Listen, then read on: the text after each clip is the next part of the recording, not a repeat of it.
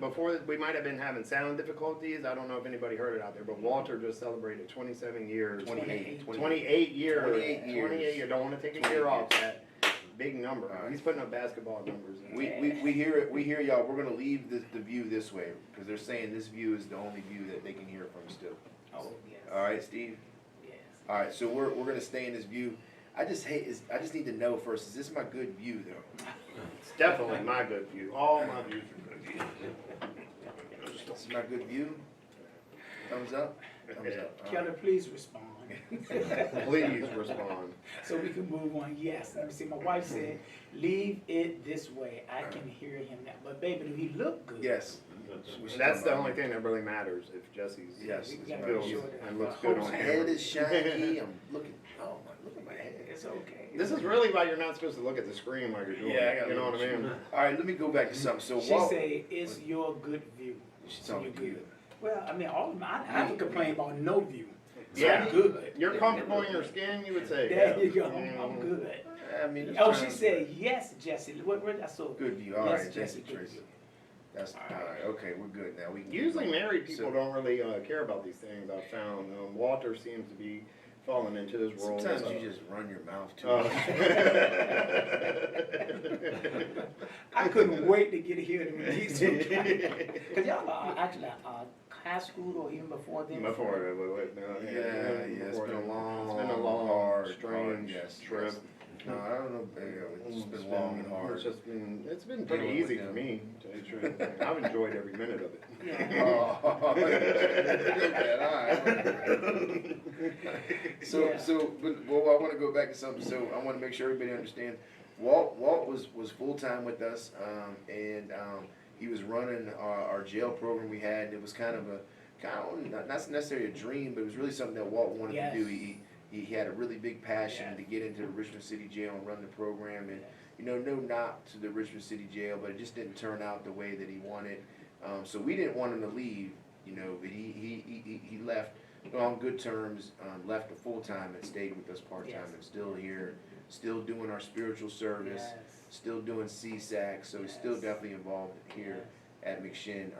So look, Walt, what I wanted to the first thing I wanted to kind of talk with you about, because you got 28 years, and and I know this, but I want the viewers to know more about you. Like what was it like for you out there? Like what when you were actively using and the things you've done. I mean, what was it like out there? I mean, I asked John this. I don't know if you remember, Trav.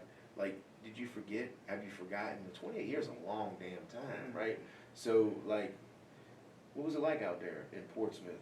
Wow, man. P-Town. And I'm not one who like to stay stuck on war stories, because I have a recovery story. I mean, 28 years, man. I done some things in recovery that I couldn't do. Matter of fact, I couldn't even live in Portsmouth, Virginia. I still owe the dude, Buck Duke, I still owe him some money, man. Because just like You anybody else. think Buck Duke's still around? Buck Duke, you ain't getting that money. He ain't getting that change, Buck. Well, well, I tell you, man, the longer I stay in recovery, I got honest about how much money I really owed him. I used to tell everybody, I stole a quarter ounce, I stole an 8 ball. Yes. Man, for real, it was 220s. Buck Duke won't worry about the 220s. Buck Duke, you should forgive this debt, Buck. Oh, he won't worry about it. Clear, He ain't Walt's worried about conscience. it. But that's my story, man. And because I owed him, I jumped in the car. My car, I had a big brown Delta 88, and I drove to Richmond. Because even in Portsmouth, me and my first wife, we got a divorce now, but we lost the house because she used with me. I met her in the club one night snorting cocaine, man. That's where you met her at? I met her at the club Which called Big club? Apple. What club? It's called Big Apple. Oh, Big Apples. Yeah, it's a military You know that one? highway. No. Yeah, I know Military Highway. Yeah, it's called Big Apple. They shut down now, so Yeah, I'm that's not what I endorsing. was. I'm not leaving We're nobody not to endorsing scream. Big Apples. Yeah, no, anyway. we're endorsing Big Apple. We like granny apples around here. Yeah. Yeah, but it was that night, and just the thing, I met her that night in the club, because I knew her in high school. I knew her 2 years prior, in '85 when I went to summer school, I met her, and the judge told my mom when he graduated, because I was going to graduate. I mean, I failed ninth grade 3 times, so I'm supposed to graduate in 83, I was supposed to graduate. But the judge said when he graduated, so I went to summer school that summer. and that helped me to jump back into 85. You know, but when I graduated, the judge said to go to jail or go in the military. So you know, I went in the military. Man, you know that's cause remember I was asking John. I remember you telling me about that. Like the stories back when people would get in trouble back in the day. It was like either we're gonna lock you up or you join the military, and they really did that with you. You had a choice. I had a choice, but it wasn't. It made sense to me. You know, my mom, she was getting Social Security as long as I stayed in high school. So she didn't care I was 20 years old in high school. You know, I wasn't going to drop off because she was getting a check. Yeah. And so I went away in the military. But when I came home, I stayed in the military in Germany for 2 years and came back to the United States. And that's when I met Michelle in the club that night. We snorted cocaine that night, and the next morning when I went to pick her up to hang out, to go down to the beach, her brother was in the kitchen cooking coke inside a spoon. That's the first time I ever smoked crack cocaine. It was in 1986 when I just came out. I was still in the military. Crack it just came out too, right? It came out 86, 87, 88, yeah. Crack it just came out. It was just then it was freebase. Yeah, it was just getting like, Yeah. it's evil foothold. So did you end up getting caught in the military? Yeah, well, what happened was when I was going down to Kentucky, first I told my mom, the military, my mom was sick, so they let me stay home for like a year, right down to Fort Story. I was redirected to Fort Story. I stayed there that year, so then it was time to go to Fort Knox, Kentucky, and Michelle couldn't go because I didn't know we had gotten married. Like soon as I started smoking crack, we like got married. You know, her mom met my mom at the altar. You know, like the preacher said, "What's your name?" I said, "My name is Walter Randall." Okay, Walter, do you take, what's your name? Her name. Shotgun Well, that's kind of like what you did to me. Oh, no. Oh, Yours yeah, was surprise different. He was. Kelly, put something in the comment. Walton Kelly had a surprise for me, and it was a good surprise, but I had no idea. He had no idea, but that was one. You can go back to that story. That was one of them. But yeah, we ended up getting married, man. We ended up married, and her PO, I didn't know she had a PO, man. You know, I wanted her to go to Fort Knox, Kentucky, and she couldn't go. So I made a decision to get out. You know, and I used the fact that she couldn't go, but I just wanted to stay home and smoke crack. Or get out of the military. Yeah. Okay. But I stayed in the National Guard Reserve. Got a job in the disco driving trucks. You know, because I had my Christian Missionary driving trucks in the military. So I started driving trucks, man, and I said, we just got high. We smoked. We got high, we smoked. And I'm going to Surrender Lodge, just in 1992, and I'm going to Surrender Lodge, trying to get some help. And my therapist in treatment told me, Mr. Randall, Mr. Walter, you all right at it. Take your time. Wrong time. Right at it, wrong time. Right at it, wrong. And the evidence was, the whole time I was in treatment, I was talking about what she did. You know, she did this, she did that. You know, I talked about trying to save the job. You know, I had a son, you know, he was 1 year old. She was pregnant with another son. It's like I never got in touch with Walter. I talked about my mom. My mom made me sign my Social Security checks over her. I had resentments against my mom. I talked about everything. And I didn't know how to talk about me. Yeah, so to form, like, the question that he had asked John, and I think he's trying to form this question is like, not so much the war story, but do you remember the misery of your addiction after all these years? Can you remember the reasons why you stayed clean, the stuff you're scared of that you never want to see again, the stuff that you had to drag your butt through over that addiction and just... Yeah, on that, like, what sparked you to finally get help? Like, what was the, like, I gotta go get some help, I gotta go to Serenity Lodge, like, what was it? Yeah. Well, then that time is not where it is now. But then that time I was trying to save a job. Yeah, I was you was making just good trying to money, get, man. okay. I was driving trucks. I was making good money in '92, man. Trying to keep the wife because it looked good. You know, even though we stayed at her mom's house before we ended up going to a shelter in South Virginia. You know, just trying to be part of. You know what society. You know, you got the family. You're in the military. I haven't got put out of the military at this point yet. You know, but you got all these things going for you, man. But you're dying inside trying to keep hold of this image, you know, who society says should be, you know, it's just that alone, you know what I mean? Yeah. And then I get to the place that we get put out her mom's house, we go to a shelter, and in my behavior, I used to put my hands on women even as a child. I was born with 3 sisters, so I always fought women. So we in the shelter, we fighting, you know, so they put me out the shelter. I mean, I always hit my wife. I mean, there's just like a behavior that... It was an abnormal thinking that was normal to you would say? It was not, because my sisters. I grew up. With 3 sisters and no brothers, so we always fought. Yeah. You know, so I fought my wife, they put me out. But when I was in the shelter, I heard about another shelter in Richmond, Virginia. They said it's 40-man base. So I said, if I could get to Richmond, Virginia, maybe I could get some help. But this time I really wanted to do something different. I got tired of getting high. You know, I got tired of older people money. You know, so I ended up getting in my car, going through Church and North one more time, going through Church and North, and that's when I saw Buck Duke. You know, and I got 220s. You know, and I sat inside the car. Farewell, Buck. You know, I smoked 220s like I did. I told him I was gonna bring his money back, and I ain't had no money. The smoke was gone, the coke was gone, so I kept riding. And that conscious contact is like, go to Richmond, get some help. Cause I already tried to treat And you knew nobody in Richmond at I all? knew nobody in Richmond. Something in your at all, man. spirit was telling you just Yeah, make it to just Richmond? make it, because they were talking about this 40-man bay in Richmond when I was in the shelter. I heard people like put it out there. So I ended up driving to Richmond. I didn't know about the airport. I ended up stopping across the street from the airport. I pumped my gas, because those days you ain't had to go in and pay for it. Oh, yeah, Something yeah, first, I love those days. Yeah. Used to get them back in the Those day. days were great. I filled Take them off up. running. Yeah, took off. You know, Gas for you know the everybody. story. Don't even put the pump up. Lay that on the ground and I did put the pump up. We can fight over who's gonna get out pump. Yeah. I'm gonna Flip drive a get coin. out pumps, right? Yeah. Yeah, man, but that's how I ended up here in Richmond. I got a full tank of gas and I kept coming. And I didn't even know I was on Belvedere. I didn't even know.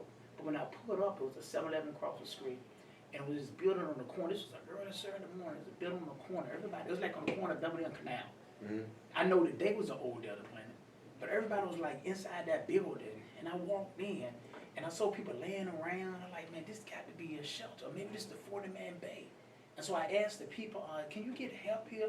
And the lady said, well, you don't look like you're beat enough. You know, because I had, my clothes always match. I dressed all the time. Right. So I had an outfit on and I had a nice car outside, a Delta 88, but I got So you high. don't belong Nothing, here. nothing Yeah, too they much say has you- changed since yeah. then with those things. Yeah, I had a haircut. I mean, I can't, I mean, that's just, you know, part of the makeup. Yeah. You know, but they say you can't get help here. They said, well, you could go down this creek. It's this place called Salvation Army. And as I was walking On on the the south street, side, yeah. I saw a couple of guys on the side of the road. And they said, yo, man, where you trying to go at? And I said, I'm trying to find a place to stay called the Salvation Army. And then the guy said, well, this other place. So people at the Delta Planet, they knew about the recovery community and stuff. I didn't know that I'm talking to people just like me. People going upstairs. He said, well, there's another place on Hermitage Road, man. I think that'd be a better place for you to go. I went and checked out the place on Hermitage Road. They said you had to have 3 days clean before they can let you into that program. Now, that program don't exist no more either, so I ain't endorsing them. No? You know, but they said you had a 3, and I never had 3 days without drinking a beer. Yeah, that sounds pretty, that sounds like a tall order. Yeah, how you do that? Yeah. Everybody know drink. Yeah. Drinking ain't using, that's just drinking. Yeah. You know what I mean? And I couldn't get those 3 days clean, so I couldn't go inside there, so I went back, took it down, and people was walking downstairs, people going upstairs. And when I went upstairs, it was called New Birth Home Group. They started at 10:30. So I went upstairs and I heard the language that I was taught to me in treatment. So I was like, wow. And then they tell me, get a home group, this was NA. So I'm like, I'm here. I'll be right back. Hold Take on, your hold time. on, hold on. Where are you Go, going? go. It's okay, we got this. Yeah, it actually flows better. Let's roll. Yeah. It's a commercial break. And we're gonna give Kayla McHugh a shout out. She's begging for the show. You got the shout out. Hey, Kayla. You got your shout out. Bless you, bless you. That's Kayla. Hey, Kayla. Bless you, bless. They go to Linda. You can get a shout out to Linda. You get a shout out to Linda. Who's Linda? Linda, shout out to Linda Young, McDonald. Yeah, you get a little shout out. There you She's go. chiming in. There you go. Hey, so what? So it was really that once you got in there, because that sounds like some divine intervention right there. You move to a city you don't know about. I That's mean, right. you come here and everything just kind of clicks together. You bounce That's right. around for like 3 days. I mean, That's right. somebody could get stuck out here forever before they get to where they need to be. So it sounds like. So it sounds like God had your best interest at heart there, but and what's even more amazing to just the little piece of the story you just told me is that you go in and it's your like the first meeting you go in and you have a aha moment. I mean, how special is that? Yes. I mean, do you ever look at it from that point of view like that? Like, Well, you know, from different perspective, I looked at it, but you know, it was that. well, spiritual sure, not at the time, but yeah, but now looking Yes. back on it, Oh, reflecting yes. on it, like, wow. Yes, yes. Because you know what? This is a Bible scripture that I love, right? It said, "My sheep know my voice, and the stranger will not follow." Right? But even with that verse right there, right? So I'm inside this room at the Delta Planet, and then I heard the voice of God speaking in the recovery language. Because when I went in treatment, they talked about go to meetings. When you leave treatment, go to meeting. When I left treatment, I got high the same night. But now I'm upstairs in the Delta Planet, and I heard the voice. I heard the language that's familiar that they talked about in treatment. So now I know it's being directed by God because this is the recovery community. This is where I belong. So when I go back to that same verse, that's John 10 and 14, I go down one more verse later from that, in verse 16, it said, I have sheep from another fold, and they too must come. So when I look at the other fold that God talking about, when you say hear the voice, just the recovery community. So Yeah. we got to come into relationship with God. But So I heard God speak. I'm gonna tell you something else I heard just from you speaking, so yeah, that's awesome, I don't know, it sounds like you heard his voice on the way up there. You talked about hearing a communication, just get me to Richmond. That sounds like God's voice to me too, so he was working like pretty strongly and getting the pool into exactly where you needed to be. Would you agree with that? Yeah, well, I could go even further than that. Go agree deep, when I was brother. in the shelter, when the guys was talking about this 40-man bait in the shelter, right?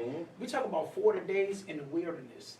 You know what I mean? We talking about 40 days Jesus he spent on the mountaintop. Like, don't let me go too deep. You told me to go there, right? Go deep, brother. He likes this stuff, right? He like you try to go deep. You try to You were catching communications from everywhere. I mean, that's Woo! special. That signs and wonder will follow them. Yeah. And look, Come on, man. the communications must have been proper because they led to a 28-year. Woo! Well, I can tell you one thing. Look, so when I got here and I got connected, right, and I got the sponsor and I got involved, I started meeting people and everything, man. And I was working steps, you know what I mean? But in that process, I started developing self-righteousness. Ah, You yeah. know, I started Okay. developing arrogance, egotistical. You know, my behavior started pushing people away. What does self-righteous look like? What does that look like? Oh man, self-righteousness look like when I judge your process.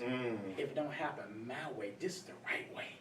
The way like, but this is how God delivered me from self-righteousness, right? What's 5 and 5? 10. What's 6 and 4? 10. What's 7 and 3? 10. Okay, All that's it. pathways. There you go. Yeah, I'm right here with you, Walt. I'm with you. Yeah, and when you start to forget like you did the same stuff, right? You know, yeah, like yeah. sometimes we get to that point, that self-righteousness where it's like, oh my God, you did what? And it's like, well, don't you remember you did the same thing on stuff? Yeah. You lied, stole, and Come cheated, on, man. did all that stuff too, right? Come on, yeah. Yeah. Don't forget what you come from. Start Yeah. focusing on other people instead of pointing those weapons at yourself. That's right. Yeah. That's self-righteousness, man. How were you delivered from that? Tell me one more time. I like this. You didn't I break it down. Break it down for me. He got delivered, you pick back up. He used the word delivered. What happened? What I'm saying, the deliverance was, Well, sometimes it's got to come through pain and suffering. What happened? That is. I use again. I use because what happened, I began to push people away from me, right? And I couldn't find that person to continue to be truthful with. I started lying in my honor. That's my sponsor. I started being deceitful, right? Behavior I started cheating first. in my relationship. We haven't even gotten married yet, but we had planned to get married. And I started cheating. I went back down Tidewater, had money in my pocket. They carried the kids to get some school clothes, but I knew I was going to see Sharon, a girl I was messing with in Tidewater. I knew I was going to see her. But I went to 7-Eleven, right? And guess what's up? Buck do. Buck do. All buck. Buck pops up again. $40. You said, no, but I got a 40 for you. That's how the conversation went, look like that. You know, I said, yo, what's up, man? He said, yo, what's up, Shorty, you good? Because he used to call me Shorty Cool, right? Yo, what's up, Shorty, you good? I said, yeah, I'm good, man. I said, yo, you straight? He said, yeah, I'm good, man. What you looking for? I said, hey, man, let me get a 50, man. He said, well, I ain't got but 2 20s. I said, well, I give you the 50, let me get the 2 20s. So this time, he beat me. So I got the 2 20s for a 50. So you really only owe him 30. Think about it. And you know, I wonder what old Buck Duke's doing now. Oh, wow. I mean, because he 50, you can't, you know, I don't think too many 50-year-old crack dealers and dope dealers. Yeah, he right? probably needs $30 to pay a light bill or something. or locked up, right? Yeah. You know, No, they don't make it long But that was a turning point because I used, and the $2,200 I had to go get the kids' school clothes, I ended up spending the whole 3 days I was down there, you know, buying dimes, $10 hits, buying $20 hits. I might have bought one $50 hit with $2,200. I never bought the ounce, the 8-ball, because at the end of your run, like when at the end of my run, I was buying $3.82 hits. whatever you can get. Whatever I could get. So when I picked up right where I left off. You know, and I stayed there for 3 days, man. And I tell you, man, I was so tired and so broken. I was grateful that I didn't die, so I ended up coming back to Richmond to my girlfriend's house. You know, I knocked on the door, she opened up the door. She looked at me and I shook my head, laid on the couch. You know, she just looked at me, she continued to do what she was doing. You know, I said, call Randall up. You know, she called Rodney, Rodney came over. You know, and I asked her, I said, are you gonna leave me? And she said, well, you just left me. And that was a major transformation in my life right there. What did Rodney do? Did y'all? Rodney took me to a meeting. And he took me to that meeting that Sunday morning. Stuart, it was like the 2 o'clock meeting. I got home around about 9:30, 10 o'clock that morning. Put on the side of the road, rested, got back in the car. But I was in the car and took off. So when Rodney came over to pick me up for the 2 o'clock Sunday meeting, Stuart was celebrating 8 years that day. He had a whole bunch of people from Baltimore. Baltimore, yeah. He just celebrated, what, 36 years? Yeah. 8 times 28 is 36 years. He just said, yeah. So I tell you, man, those people from Baltimore, the room was packed. And I walked down the center aisle. I was sitting right on the front street, but I walked down the center aisle and I picked up that white key tag and Stuart hugged me. But what happened was when I turned around, I looked at everybody else. Man, you told me the shame, the guilt. I'm gonna go back to that seat. It was such a long walk to the seat, man. Jesse was just talking about that today, how he would never want to be in that seat again. He remembers that. Oh yeah, I don't want to walk back to that seat ever again. And that's what keeps me the pain. There it is. That right there is what keep me grounded to get the 28 years. When I don't want to go back there no more. I don't want to go back. I don't want to. Never want that feeling again. Huh? I don't want to go back there. I don't want to go back there. Because once you know, you can't go back to that no more. Once you get a taste of recovery, this lifestyle, man. You know, even here at the machine, man. Come in here and watch how the machine operate, man. It's totally different than how you'll go to a 12-step meeting or you go through treatment, man. You talking about people who share their experience. You talking about peer-to-peer relationships, man. You talking about holding people accountable, man. Like in treatment, it was you just paid for service. Yeah. You know what I mean? So there was no accountability really when you're getting paid for service because they're going to get a check. They're getting my insurance. But here it's different. It's more heartfelt. We talking about healing family and saving lives. Different kind of love. When did you, so, I love it, well, healing family, saving lives, that's right. Mission statement. When did you, so, you know, that stuff happens, when did you get into like this, into this career field? Like, when did that happen? Yeah, so what happened is in 1994, I was working at Briar's Ice Cream, and we knew that the company was going to close. And so what they told us, they're going to send everybody to Hagertown, Maryland, we're going to ship your family order and everything.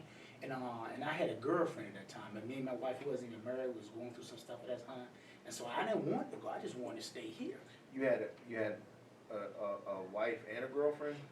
No. A girlfriend with a wife on the side? What was that? No. Like, What kind of situation was that? At that time, that's what me and my ex-wife began the separation depart. But I met the woman who I am with now today. So you had a girl? It's like I had It's one like a more gray year area, for divorce. Yeah, it was a gray area. It's a little gray area. We operate in those sometimes. The behavior had changed at this time, Justin. Tracy, I'm sorry, Tracy. No,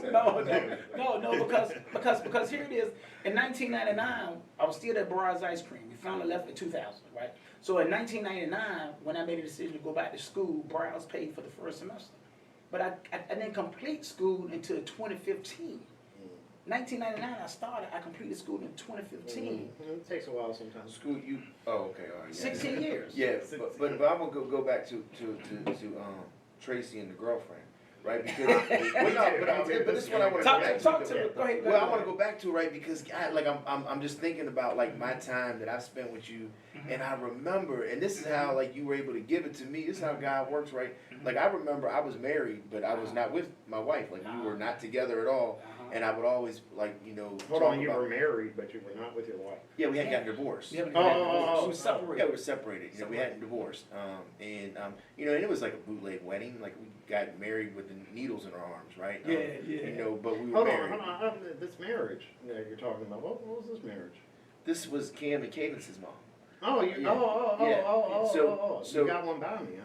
I didn't know you did that one. You was getting high. Yeah, I know, but I knew about one or two of them, but this is like one that's, you know, there's been so many. Yeah, and there was a time where you was over here and I was over here, and like we was doing stuff. You right? just got clean, Travis. I think it ain't clear yet. Keep coming back. I didn't. Keep coming back. back. You get married too, you keep coming back. You don't know how many marriages he's Well, had. we don't know how many you He's had. slid up. I've never been married. Keep coming back. I'll never do it. Well, hey. But what's funny, right, is like I remember talking to Walt like how I wanted to be in a relationship, like how I want somebody, and he was like, well, you know, the first thing you might want to do is get that divorce, right? You might want to take care of that, so God will open up the door for somebody else, right? And I remember that ended up being one of my goals to do that, you know, to get the divorce, right? That's right. And I'm listening to you, and that's, you know, you hadn't completely broke it off, That's right. and you and Tracy hadn't completely came together yet. Yes. Like y'all were talking, there was Yes. intuition, but like what was holding you up was this Yes. marriage over here. Like you had to Right. take care of that, you know. Yes. And you were able to give that to me. There you go. You know, that's why I think it's like, hey, that's pretty cool, right? Listening to that. And that's the experience, man. That's the experience, not just sharing what to do. When a person actually have that lived experience, that people capitalize here at the Machine Foundation, we're able to pass it on. It's easy to tell you to do something that is written, but what about when you actually live it? Here I am. I'm in my 11th month before I can get that 1 year to get a divorce. I'm laying at the altar. I'm weeping. I'm praying to God. I want healing. Because the way my ex-wife exited out, she wanted out long before I wanted her out, but she wanted out. So I'm sitting here at the altar weeping and praying and worshiping God for healing, for deliverance, for forgiveness. And I look up and I see Tracy. She over there in the corner. God, that was in your head. He Like, answered my prayer. He answered my prayer. But you know what? She's such a mature woman who been through a divorce herself. When she saw me in that position, she wouldn't give me her phone number. You know, she knew that prior she had asked about who was I, and someone said he was married. But once we began to talk, like 3 months later, this is around November, I asked her for her number because I wanted my son Cleo to dance, because she was the worship and the dance leader in the church. So I was using my son to get her number. And she gave me her number, but she would never answer the phone. Good strategy, though. Yeah, oh man, she was real wise in her doing, man. You know, but hey man, not for 9 years, when we did become friends, you know, we dated for 9 years, and we just kept company for 9 years. And then Khalil, he finally graduated from high school, and he went to college. And it was in that year she made a decision that she would marry me. So now we've been married for 9 years. We dated for 9 years, married for 9 years. That's 18 years of relationship. Oh, she put you through boot camp before that wedding, huh? 9 years. She was gonna make sure. Hey, man. Smart. Yeah. Let me take a quick second. Anybody that's out there tuning in, go to our YouTube channel, please. YouTube, and subscribe to the YouTube channel. It's very important. We're not asking for any monetary donations. We're just asking for you just to click that subscribe button. And then all the comments and all the likes that you can do while you're listening to this is very helpful as well. So comment, like, we'll get back to you. We'll try to respond. But please subscribe to our podcast. Make sure you do that. Subscribe to our YouTube channel. Subscribe to our podcast. Hit the old thumbs up. Man. Yep, that old thumbs up, man. Hit the likes throughout this, man. It definitely helps. Yep. That's right. Give a thumbs up for Walt. Yeah, he's killing it. So Walt, you know, you're describing the time in church, you know, and you're praying and you're at the altar, and you know, and then you know, God puts Tracy in front of you, and you know, and you get the divorce, man. Was that the same church that you've been a member of now for a while? Was that Bishop Williams Church? Was that church? Yeah, and check this out. I shout out to Bishop Melvin Williams. I see his name's up there, and I see Noah, that's his sister. She's another member of the Temple of Judah. Shout out to them, and I love my pastor. Melvin Williams, great dude. I love him too. There you go, right there. Yeah. And you're right. That's the same church. I was in that church 10 years prior to Tracy moving to Richmond and ended up joining her uncle's church. You know. So yeah.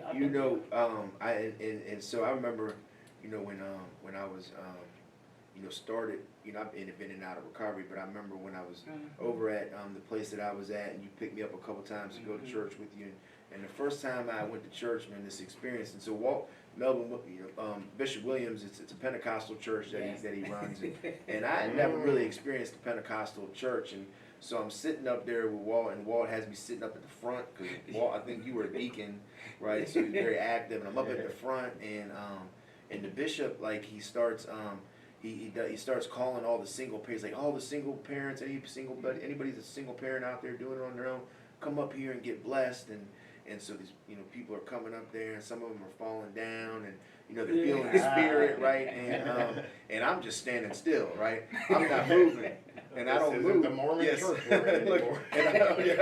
and I don't move, right? But I'm watching, and I'm like, wow, this is awesome, right? But I'm not moving, right? I'm staying, and so on. You probably don't remember this, Walt. And so on the ride home, Walt's taking me back, and he's dropping me off, and Walt's like, he's like, Jess, man, like, the bishop was getting ready to give blessings, why didn't you go up there? And I was like, man, I was scared, right? But Walt, man, you told me something that stuck with me forever, man. And I give this to people I talk to. Walt was like, you know what? That's good. It's all right to fear God. That's right. Right? It's okay to fear God. Don't, as long as you won't going up there because you had this thing or because you think you got it and you don't need the blessing. Ooh. And I was like, damn, and that made sense to me because there is times where I fear God, Yes. and that's when I get on my knees and I pray, Yes. right? That just stuff that was new to me. Yes. So there was some fear there, and I still don't know if I would get up there now, right? Now, you don't want to take the old Ford trip in the spirit. I love that church on Walden. They get to jumping in there, man. They get to feel in the spirit, man. They definitely do, man. And I love it, man. It was a good experience, man. But I learned those things from you. So thank you for that. That was good. That was a good experience. Walt dropping jewels. Do you even Yeah. remember saying that? Dropping that jewel on him. Yeah. I'm looking at it now because that's what happens in that place. After I had relapse, and it was a couple of Bob Hobson, Gail Hobson, they took me down to the city of Hope, right? And they had a drug ministry there. And I used to go there and hang out with the people there. And then Noah was there, and Aunt Harris, they was there, and her husband, he had passed away. And I remember they taking me down to the Temple of Judah while I met Bishop Williams, sat down and talked to him and Corey Kelly, and they told me about some things that happened. Like, it was a connection. That was their facility as well. But I like going to that drug ministry right now. And when the guy here passed away, I sat and had a conversation with Bishop Williams, and he asked, could I help run the program? And so I ran that. I showed up and did the Monday nights. And At the Temple of Judah? But we did it at the City of Refuge first, or the City of Hope first. But once the building started going away, deteriorating, we're not putting the work into it. We ended up coming down and having the meetings at the Temple of Judah. So I became what we call a minister, not a deacon. I was on the front row. I was called into ministry because I was over the substance abuse ministry. So I've been connected to the Temple of Judah for 28 years, and there's a major difference in when you're connected, to the Temple of Judah, the apostolic denomination. There's a major difference. We believe in being delivered from drugs. In the recovery community, we talk about being clean. So there's a difference. Yeah, there is. And one thing I like about breaking the bondage of addiction ministry, we'll get there when we get there in this conversation. But one thing I like about there, we know that it was a drug and the alcohol that brought us here. But it's God who deal with us with a lifestyle, and that's the deliverance part. Not just a drug and alcohol. We talking about fornication, we talking about lying, we talking about cheating. We call them character defects, the behaviors. Yeah. But at the Temple of Judah, they talk about deliverance. So it's a totally different thing. But there I felt like God has taken it away from me. And there's nothing, because I got so submissive, there's nothing that can bring it back. I tell you what, man, you just, and I don't know if anybody's listening, right, because that's a big thing in probably all of churches. They talk about what you're saying, being delivered from addiction, right? And what you get delivered from is the behaviors. I like that you get delivered from that. Now the drug is still a problem if you put it in you. There you go. Right? There you go. It still causes the illness, There you right? go. That's some good stuff. I think Walt's just describing God just took the desire That's it. all the way from him, so he don't worry about the desire no more. Yeah, But if you use then it will come back. Yeah. Of course, yeah. That's good. That's good. So getting to what you were talking about, breaking the bondage, the spiritual service, and the things you're doing. What led you to McShin? How'd you end up coming here, man? Because we greatly, we love you. We love you. We was upset that you had to leave from being full time, but I understood the process. Yeah. What led you here? And the truth is just, and this is the truth, what led me to the machine is when the areas had divided, because it was one big Richmond area, but then you had the Dominion area, and I'm talking about the recovery community. Talking about now, for those listeners, viewers, he's talking about the 12-step community. The 12-step and community. basically NA, yeah. Okay. Yeah, because I thought he was talking about like the south side, the north side. I've never heard of this Dominion area. We can keep coming back. Yeah, keep coming back, right? This is good though. This is good. This right here is what like John was institutional knowledge, right? This is now firsthand knowledge. So go ahead. Walt. Yeah. So what happened when we got to the south side? The New Dominion area, we heard about the Machine Foundation. I'm talking about the people of color, the Richmond area. We heard about it, but we heard the Machine Foundation was breaking the rules of Narcotics Anonymous. You know, they was breaking traditions, and they're not supposed to have the Narcotics Anonymous literature in here and all this stuff. So I never made it my business to even come over here. But what happened, Jesse, our relationship just kept getting stronger and stronger. And you told me one day, I was working at Delta Planet. I've been working at Delta Planet for 11 years before I decided to leave. Jesse came inside there one day, he sat inside my office, and he saw my credentials on the wall, and I think I was in school for I don't know if I was in school for my master's degree at that time. I think I was in school for my master's degree at that time. And you said, oh man, look, man, you got so much going on, man. You deserve better than this, man. I mean, well, you got so much. Why do you just sit here? And I was doing outreach. I was bringing people to Delta Planet, connecting with medical, dental, whatever service they need. I was love doing outreach and make meetings while I'm doing outreach. I was just having a great time. But just to say you got so much in you, you the one said you got so much in you, got so much value. And then you had talked about a position over here, just come over here and just doing some weekends and helping out, and that's what I was doing. I was doing weekend CSACs, and I was helping out, and so it's like you brought me to Machine, and being here, all of the he say, she say, what people were saying, I didn't see any of that operating. It's like the word was out there, and since I've been here, it's like John has always shown me love. I didn't even know honesty at all. I mean, who's this? I'm sorry, CEO. but it's like I'm glad you brought me. I'm glad it was you. It was you who brought me here. And coming here, I'm telling you, man, I get so much respect, you know, and watching people grow into positions and, you know, and develop clean time. It's like I get so much respect, like I'm a king here. You know, that's Walter, you know, in the position of a CSAC, because everybody else doing PRS and, you know, peer support, and to have that title, it's like I get so much respect for the work I've done. It's like they appreciate the work. But being at the Delta Planet, I didn't feel value. I didn't feel that respect. But I had an income that I never had before. Right? But coming over here, man, it's like it's just what you got. What y'all doing right now? Yeah. Well, you were offering more too. You fell into your purpose a little bit more. Yes. Yeah, because you definitely have a gift of being able to teach and reach individuals and help them see themselves. You have that gift, and coming in the one-on-one setting, you know, in the group setting, you have a gift there.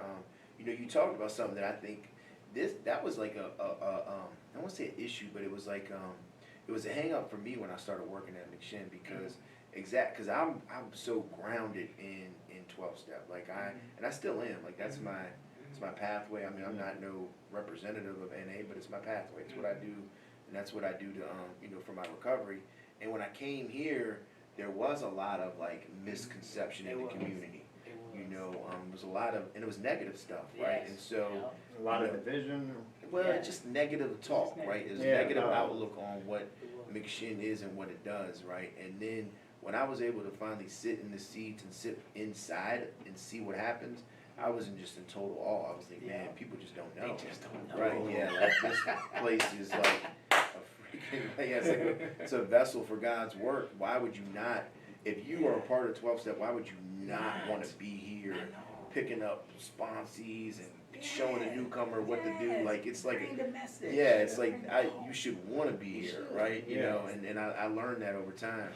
So I definitely can relate to what you were talking about, Walt.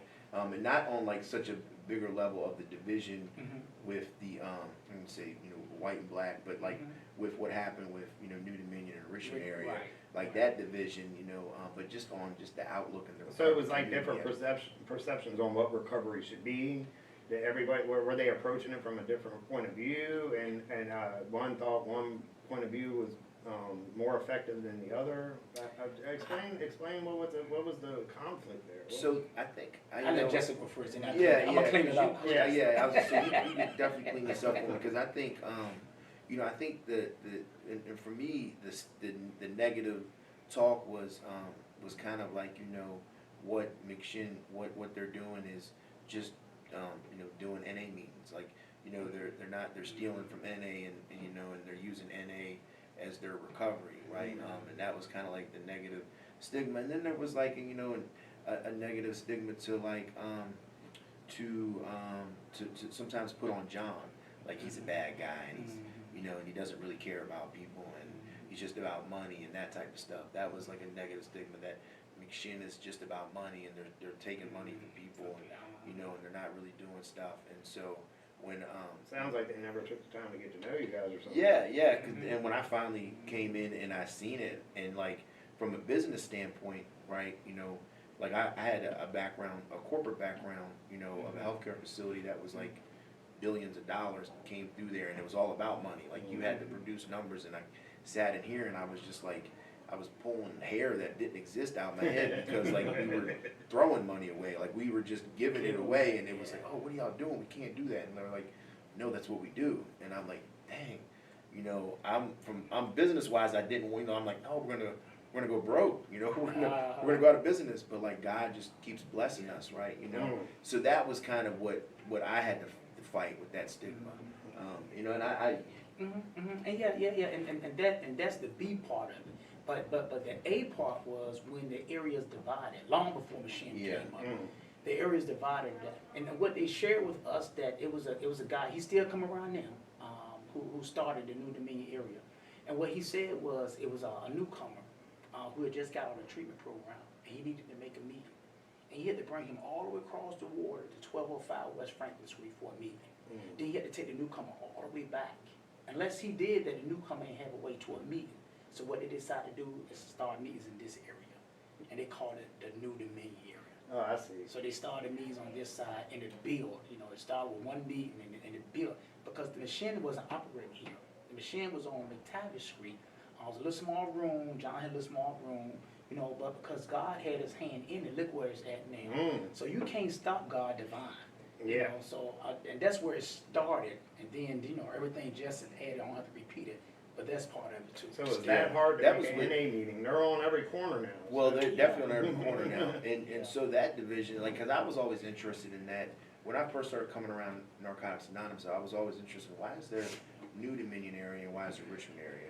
And why is, like, there's some New Dominion meetings that are in Richmond, like, considered Richmond, you know, why, you know, and I always questioned that. And I remember me and John took a trip, and I was talking to John about it, right? And John was like, man, he was like, one day because his wife works in D.C., and he was like, you know, I'm out of town with my wife, you know, for her work, and I come back, and they had split. He was like, and everybody blamed me, and he was like, I was out of town, I had nothing to do with it, I had no idea they even did it, you know, and like what Walt was kind of not leaving out, but he, you know, didn't put in there is that the some of the reasons that people were throwing out there was a racial divide. Oh, okay, Some type of racial divide, and that's what was thrown out there.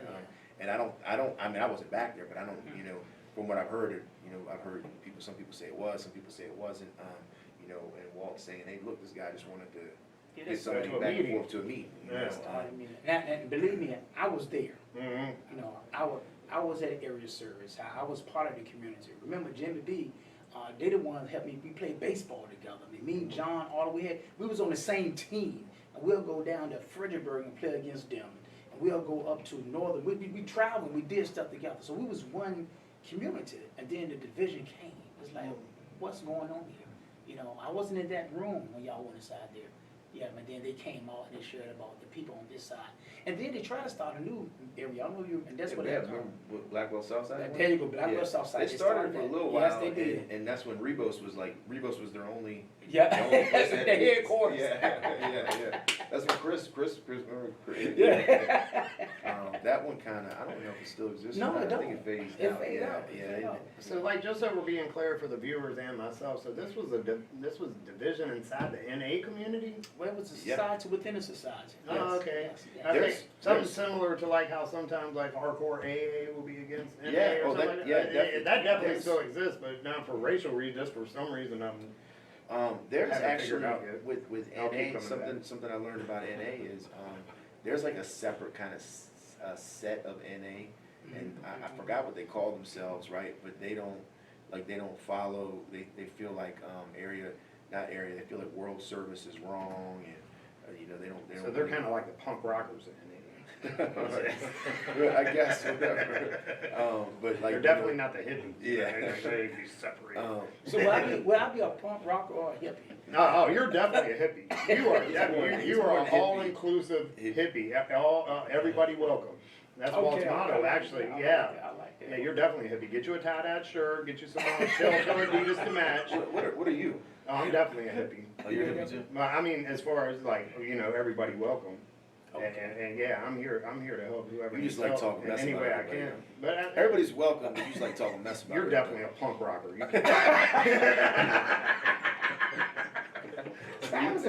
Now you can't go to the Grateful Dead show with us. I don't. So look, because there's a lot that I wanted to talk about. Take your time, I'm here. One thing I wanted to, what's your thoughts on, so you know, we're talking about, you know, the history, and, you know, it's always good to have firsthand knowledge, so, you know, I'm glad that you have that, and you're able to give that to us. You know, what's your thoughts now? So, like, you've seen a lot, like John, and like Moses, and, you know, Stewart, and Jimmy, Marshall, like these people that have been around, they've seen stuff, right? I love, like, when I can spend time and just ask about, because I love history, right? So you've seen all this stuff. So not just in NA, you know, the 12 steps, now you work in the field, you've seen the growth in the field. What is your thoughts about the recovery community field, like working in the field now? You know, Jess, I'll tell you.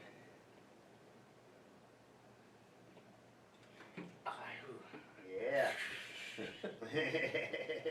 First of all, I never thought that I'll be, they use the word predecessor. I never thought I have 28 years clean. But because of the love in a recovery community, right? One time we said working in the field, it's bigger than the field, it's the community, man. Because of the love in the community, man, it has changed the dynamic of making recovery so available, so welcoming, you know, so easy to catch on, not trying to catch up, you know what I mean? Because back then, it was spoken as a divine way. Shut up, if you want to know where to score, I ask you, do this, do that, you know. Yeah, I've heard some of the stories. Have you heard how people say that's how it was back in the day? It was. It was. But now, it's so much passion. You know, man, we talk about, and I gotta give you this, we talk about medicated assisted treatment that help you along the way, man. That wasn't given to me. We talking about a recovery organization to where Friday night, you see 100 people in the parking lot. That wasn't given to me, man. You know, it's like so much that nourish the person. They're like, look, man, just a requirement. Even if your desire ain't honest, come on, we'll let you in, man. Welcome. You know what I mean? We welcome you. All I'm gonna do, because your desire, this check is all right. Your desire may not be honest, but your roommate, I want you to hold him accountable. If you see something, you say something. He can't say nothing, he caught up, but we giving you a chance. Come on, man. Come on, man. You know, man, I tell you, it's that what you're talking about, like, you know, holding somebody accountable, and being, like, you know, accountable yourselves, right? We were just talking about that this morning, man. Like, you know, because especially here in our particular organization, That's right, a lot of our participants struggle with that piece, right? They either think it's snitching, Yeah, or they don't yeah, want you know. It takes a minute to catch on, but Jesse says it beautifully. Like, if you look at something, you see something, you don't say nothing about the person. That just shows you don't care about the person. That's right. You don't care what happens to them. You don't care about and you know, actually, in this environment, it really doesn't take people a long time to catch on. They hear Jesse say that once or twice, and then they see people holding themselves accountable, Right. and they start saying, "Hey, man, this is a good way to take a look at myself. And if I'm really here to change, this is a good tool That's right. for change. It's not. It doesn't always feel good. And hey, it don't feel good for me. That's right. When my character defects get pointed out, let me tell you, they get pointed out That's regularly. well, they're just so easy to point out. Yeah, just flaring. I wear my flare up. character defects But on my see, sleeve. but check this out, check this out. That's the healing part to that, right? There's some check growth this out, in it. right? The healing is you in a community, but they can help you to catch it, Yeah. right? They And you care. can change it, right? Yeah. That you in the community. But if you was in your own home, won't nobody help you Who to would point point it out to you? That's Yeah. right. Yeah. Yeah, right, and Walt. man, that's what I you know, we try to put that, you know, we try to just like hammer that in, like it's like, look, take advantage of it Yes. while you're here, because when you get up out of here, it's a totally different story, right? Right. You know, man, so take advantage. This is, to me, and that's how I treated the place that I was at, you know, when you were living in Blackwell, and Yeah. you know, I walk up there and, you know, and meet you and do step work, Yeah. that place that I was at, like I treated it like this is my training ground. That's it. Right, I man. just need to just keep training Get the because tools, yeah, get the get tools. all these tools, all this education, everything I can get, Yes. because sooner or later I'm gonna be up out of here. Yes. You know, I'm not gonna Yes. be in this place, That's you know, right. forever. You That's know, and I need to know how to live, so I'm gonna practice living. That's Right, they told me I had to act my way into a new way of thinking. That's right. You know, That's right. and that's what we gotta practice here, Yeah. right? What's Barbie out there? Barbie definitely loves some Walt. I love her some love more. you too, Bob. She said, "Love you all." Oh, we Came all got so some long love. working. See, she got all of us. She said, does, "Love yes, all." yes. She loves you a little more though. Barbie's the Dolph, stuff Walt around here. I is the love man. Barbie. Dolph, you the man too, man. Oh yeah, The Dolph is in good there. dude, Yeah. Ian's in there. A couple Ian, people. Yeah, okay, and yep. Boy, Ian, what's up, Ian? That's my Brian, wife's. That's yeah. my wife's brother. Yeah, that's my Ian. dude too, man. That's Yeah. Ian, man. Yeah, Yeah. he's out here doing his thing, driving people around. So let's get into something more because we got a little bit more time, and then we're gonna turn these into some short clips. Make Yeah. some shorts out of this for us. Absolutely. Steve's the short master. He's mastering the shorts. Look, I mean, he's really tall, but yeah, he hits them short. Yeah. For those of y'all that don't know what I'm talking about, go to YouTube and you'll see. Just go to our YouTube channel and you'll see the short clips. They're short clips. But look, man, please, Barbie, Brian Mitchell, Dolph, Ian, Tracy, Yes. Miss Westbrook, Melvin, Hit I don't share, know, like, Bishop share. Williams. Yeah, hit, go on there and subscribe to our YouTube channel. Help us Yes. out. Subscribe to our YouTube channel. Thank y'all for tuning in. I want to get to something that I think was really just cool to watch unfold. You know, I know like Walt helps me with this. You know, I know that I have some defects of character, right, and I can be controlling. Right. Very. Especially Very controlling. Hey, Valerie. Valerie, make sure you subscribe to the YouTube channel. And Can so you say that one more time? 'Cause subscribe to the that's- YouTube channel. No, the part about you being controlled. Controlling. He admitted it. It's very. But it comes with the territory too. You do. Being Yeah, in my you do. position, Somebody I does. have to have some control. It But does. so in saying this, right, Walt comes on and he gets this beautiful opportunity, which Yes. everybody, when we all came together and we talked about it, when I brought it to Honesty and John, I was like, look, this is what I'm thinking we should do. There was no hesitation. They were like, yes, let's give it to Walt. Let's let Walt take over the spiritual service, right? And so Walt takes over the spiritual service, and and I'm just sharing. This is nothing's bad with it, right? When Walt takes over the spiritual service, and the goal wasn't what has happened, right? It was like we just wanted him to do the spiritual service, right? But from that, like Walt just like formed this whole other a whole other entity, which is not. It was great, right? Ministry. He formed, ministry, Ministry. right? He formed a ministry called Breaking the Bondage, and it's beautiful. We love it. We wish.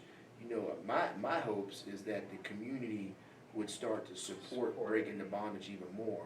There was a time Yes. during COVID, Yes. right, where it was like an uptick and people were there, Yes. and it really needs to, spread the word, y'all. Come out there and, Yes. and support it, because in supporting Breaking the Bondage, you're supporting Yes. McShin, and ultimately, guess what? You're supporting individuals that suffer from substance use disorder, Yes, right? That's the mission, that's the goal, right?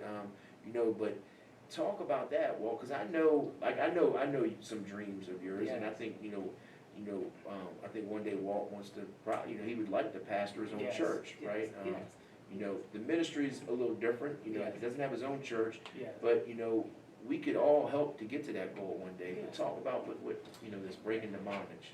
And I tell you, it started independent I used to walk every morning before I had sciatic nerves hit my leg, and I don't do much And you had a walking. little bag, you wear that bag. Yeah, Sometimes you post some videos and send me videos, you on the bag, got a sweat bag. We are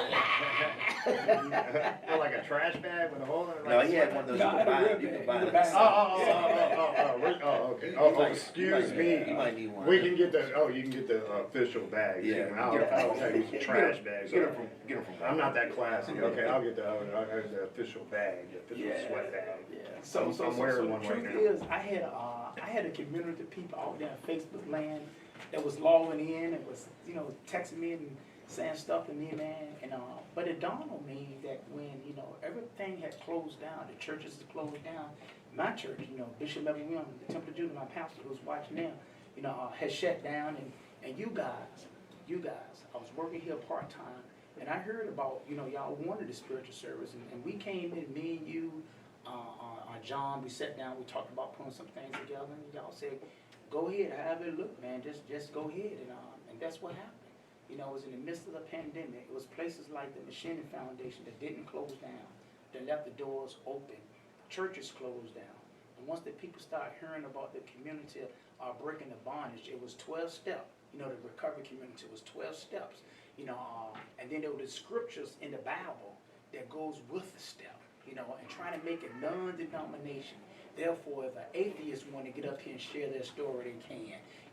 And I told myself, I continue to talk about the scripture, because I'm not going to try to talk about dogma, talk about what you shouldn't do and what you should do. Doctrine. Yeah, I'm not going to do that stuff, right? I'm trying to bring people into the agape of love, to the relationship with God, and at the same time, see your character defects, see your shortcomings inside this 12 step. So therefore, if you look inside, I was just telling you a minute ago, if you look inside the Bible, it's in John 10 and 14.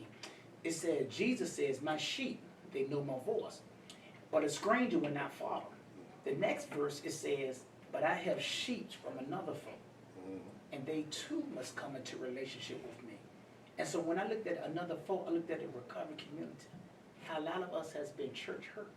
How a lot of us don't want to participate because I can't live up to that standard that you said. A turn off from religion, but Yeah, you're offering a spirituality. Yes. And I love the way you do it. You do it so flawlessly. You blend the 12 steps with the And the video. Yeah, and the video. With the Bible beautifully. I like that you brought the videos up. You know where those videos come from?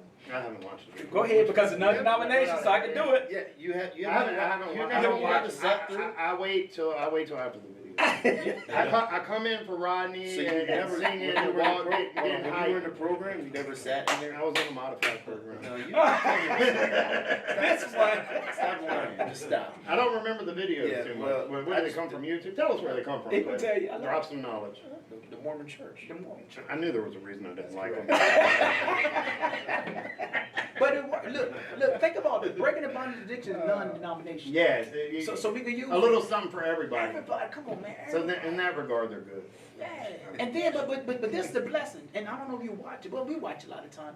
Is when the participants participate. Oh yeah, when they're fully engaged. When and they do. sing a song, Ooh. or even when they read the literature, Yeah. they get them involved. Mhm. And then you know where I get my greatest inspiration? When the service over, and one of them walk up to me and said, man, that was good. Mm. Yeah. I'm Yeah, talking about participate. Yeah. And Oh, it's a great atmosphere. You And definitely you know, create a good atmosphere. It is. It's a great atmosphere. It's God's work. It's beautiful. And what I was sharing earlier, how during COVID, it was we just had an uptick Yes. of people there participating, and they loved it, and it was going good. Yes. One of my frustrations with, let's say, the recovery community. I would say the recovery community. Other people that have churches out there or that have like ministries, is they're always reaching out to the. I get Yes. phone calls from them all the time. Hey, send your people over here. Yes. Can your people come to this? Can your people come here? Yes. And I'm like, send your people over and here. I'm like, yeah, Where I'm the like, people why need you to- don't ever send your people over here? Like, we got Yeah. a beautiful spiritual service. Why don't Yeah. we rotate? Why can't you send them over here? Right? You Yeah. want us to come support your mission. Yes. Come support this mission every now and then. Yes. So I get frustrated sometimes. But that's my own stuff, right? No, that's true. No, it's That's true. But Yes. and what I realized though is I'm gonna do it, because there was a time where like I didn't come on Sunday, and it was because I didn't want to work, right? I remember sharing this That's walk right. because That's I right. you know, I like going and hearing the word, right? I like going and getting close to God, you know, and I love it. And then I would have to work a lot. I'd come in and it'd just be like, my mind, anytime I come in this building, my It's mind like you're in goes, work zone. yeah, it goes to work, right, man, they can't smoke out there. They're gonna Why ask they me a going over question. here, why they doing this, yeah. Yeah. And I finally was like, no, man, I wanna support this mission because it's beautiful and I love And it. you believe in it. Yeah, and so I started coming, it's like my regular little Sunday thing, is what I try to do now. And then, you know, somebody that helped me with that was my daughter, right? Yes, your family. Yeah, my family. Oh, I see her yeah, here every yeah, weekend. yeah, Yeah, she loves it. Yeah. She went one day, she asked me, and then, you know, and I was like, yeah, I'll go, and then she kept going afterwards, and I was like, well, I'm gonna keep going too, because I love it, and I wanna support it, right? And now it's like our regular Sunday thing, you know? And what I encourage everybody out there that's listening is come check it out, you know, just come in. Come, it's Sunday, 9:30, right? Some song, you know. Some donuts. Yeah, some donuts. Somebody's gonna speak usually. You know, just come The check it out. energy's always really good and positive. I mean, we got my man Rodney in there, having the music. I mean, Walt comes in there hype. I mean, Walt comes in there ready to do business, man. I love it. I love You that. at one time were one of the hype men, and then you just stopped doing it. Now I came back. Walt called me on that. He was like, "Why are you taking that good stuff somewhere else, man? Come on back." And I've been coming back. Has he been? Because I missed this past Sunday. Yeah, so you are did. back? Yeah, you did miss it. John even showed up this Sunday. Yeah, he did. John showed up? Yeah, John showed up. I need to see you being the hype man, though. Because I was in awe that, like, Well, I was wondering where Walt was like 2 weekends ago. I had to get up there, man. I got The sprung first, on me. that's the first Sunday the week, first yeah. Sunday. I go to my bishop's church on the first Sunday. If you knew, and this is, I guess this is probably not, I don't say this is not right, but like I never thought God was gonna reach you, man. He picks the most unlikely of all those. well, I never thought like in the way he tried, like when I When he came here? yeah, it was Oh, man, just I like, didn't think recovery was gonna reach him the way he came. yeah, but it was like it was all like the stuff that he was sharing was like I believed it, but it was like, man, I never thought. Just to say, hey, Walter, I got someone need to help me. Yeah. He's my friend. Like everything out of his mouth is God's talked to me and I've been saved and I'm not ashamed of it. I know, but like I knew you. So it was like your family struggled with it. Like his own family was like, that's not true. He's tripping off of meth. No, that's it. Meth psychosis is what they No, thought. they thought I had a stroke. Yeah, they kept saying, well, no. When I talked to him, like, well, I think it's from meth. He's been using meth. And so when I picked you up, you're like, nah, I didn't use no meth. Yeah. So I was just in shock. But you know what I think that happened? I'm not saying this is what happened, but one day we was in office talking, and I was telling him about my experience being in treatment. And my therapist told me, Walter, you know the Bible. Leave the Bible alone. I learned treatment. Now, Walt, there was something like I never picked up the Bible. So like I wasn't even reading the Bible, and to this day I kind of shy away from the Bible. God just gave me a spiritual experience, man. And we ain't got to get too deep into it, but it was just like this is the time that God was like, you know, I listened to a communication that was similar to yours in a way, and I remember talking to him, man, and the next time I talked to him, this time or last time? This time. And then when I remember talking to him again, like something changed. It's like he caught on to the After recovery that, community. Well, I decided to give like the recovery a chance because even though God had took the desire from me and everything like that, I was really like, it's 27 years, you know, like I couldn't believe what was going on. I believed it took it from. We called it being deliverance in the church. But I wanted you to learn the recovery community. And I did, and you're doing it. You ain't dead. You're doing it. Yeah, I took your suggestion there. Because like even with a spiritual experience or I mean, you still after all those years you got to figure out a way to live. God, I love it. That's it. He can deliver you, but you got to figure out how to live. Yeah. You got to do a little work too. Because you and Walt both, like y'all both are very intelligent and like y'all both know like the Bible, right? And that was like what had me in awe with you as well, because just like you would quote like Bible verses and you would like you have knowledge of the Bible, and I'm like, when did this happen? It's like very You know what I strange, mean? because I don't read it a lot. Yeah, because like but growing up, you never had a Bible in your Yeah. hand, so, Yeah. and never went to church. And like, if you went to church, you were the butt of your jokes that you would do. So it's like, Yeah, I definitely made fun of anybody that was in church all my life. That's good. Yeah, I mean, God gives out perception changes sometimes. I don't question it. I'm just flowing with it now, you know? He Yeah. did it, he started a good work, and I think he'll finish it. And all of us, I think. And the gratitude that I receive again, Yeah. it's Jesse. I'm telling you, man, when Jesse called Walter and said, hey, I want you to talk to my friend, the same way Jesse had me to talk to his daughter, the same way, it's like, in the program we say, find someone who believes in you, and I believe Jesse believes in me, man. Yeah. And I had that conversation with you, and when I left off the room, you left off the room, I was happy you was gone, Lord have mercy. Oh, yeah. When Yeah. he tried to drag the whole conversation here. Yeah. all the time. Well, like I was so like, I mean, you know, I was still trying to process and it's a lot of reason why I left home. Because I was trying to process what the heck was going on. I mean, something crazy just happened. And like, actually, I was very excited to see, and I know that first conversation with us didn't go well. Yeah. Because I was like, I was like, Walt, you have to explain to me what happened. That's really what I was trying to come out. And then Walt pulled out his piece of paper and he said, let me tell you where you're at right now. You're not in the pre-contemplation stage. I said, man, I just had a whole on spiritual experience with God. Man, what the hell is the contemplation stage? But hey, I kept coming back. He pulled out the paper on you. Yeah, he did. He pulled it out. He said, I'm going to let you know you're lucky because you're not in the you're about right here in the preparation stage. I said, well, I'm in the middle. That's good enough for me. I'm out. Oh man, that's good. That's good. Hey, so look, we're getting ready to come to a close here. Thank y'all everybody for tuning in. Look, again, subscribe, hit the YouTube. Subscribe to the YouTube channel. Thumbs up. Share it. Give us some thumbs up.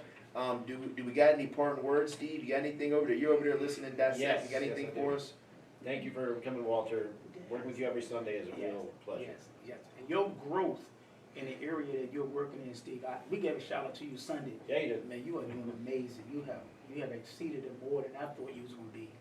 Keep doing what you're doing, man. I appreciate that. Thank you. Right. All right. Yeah, the Trav? spiritual service looks good on the Facebook page and the YouTube page. If everybody wants to go over there and support Walt, give him a like and a share too. I definitely try to like, share, and comment under. But I love Walter. Yes. I love what he does here, man, and I know that the community loves him too. He's right about that, and he gets his respect because he's faithful, man. He's here. He's here every Sunday except for the first Sunday of the month. But other than that, man, him and Ronnie are always here.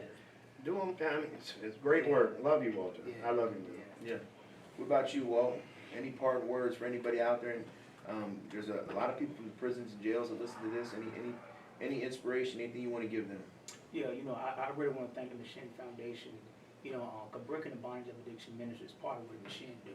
You know, they welcomed me in, they took over, they promote the service, and I'm so grateful, you know, for the work we do together to support our community. But on October the 21st, and you can hear this date again, more conversation about it. It's going to be Breaking the Bondage of Addiction Ministry, 3rd year. It's going to be the Machine Spiritual Service, I think, 13th year. But it's going to be the 3rd year for Breaking the Bondage of Addiction Ministry. We're going to throw in a big cookout. But if anybody wants to support that event, yes, it's here at the Machine. But any other, you know, organization want to support, cases are sold. I mean, Machine does so much, man. But when they do it, you know, True Recovery come, River City Comprehensive Service come, Height Counseling Service come, you know, all those places that Breaking the Bondage of Addiction Ministry touch, they come celebrate. But Machine, they don't ask for anything. So when you guys just donate for anything else but the spiritual service, hit that like button, hit that share button, hit that donation button. True preacher form, right? That's what I want to ask the community to do. But I love this opportunity to come. You guys get to know me a little more. You know, it's a recovery community, 28 years. It's Breaking the Bondage of Addiction Ministry that has been part of my heart. It's the Machine Foundation, man, that has given me a platform so God can operate through me, man. So thank you, Jesse. Thank you, Machine Foundation. Yeah, thank you, Walt, Steve, Trav, good stuff today, and everybody out there. One thing I want to leave y'all with, and this is not to exclude anybody, but like it takes a man teach a man how to be a man, right? And that's what Walt has given me. So he's always gonna have, Walt, you always have a special, you already know that, like where we are and together, but a special place in my heart, right? Because, he took the time out to teach me, and he continues to take the time out to teach me. And I know he takes time out to teach other people, so we need more people like Walt out there in this world.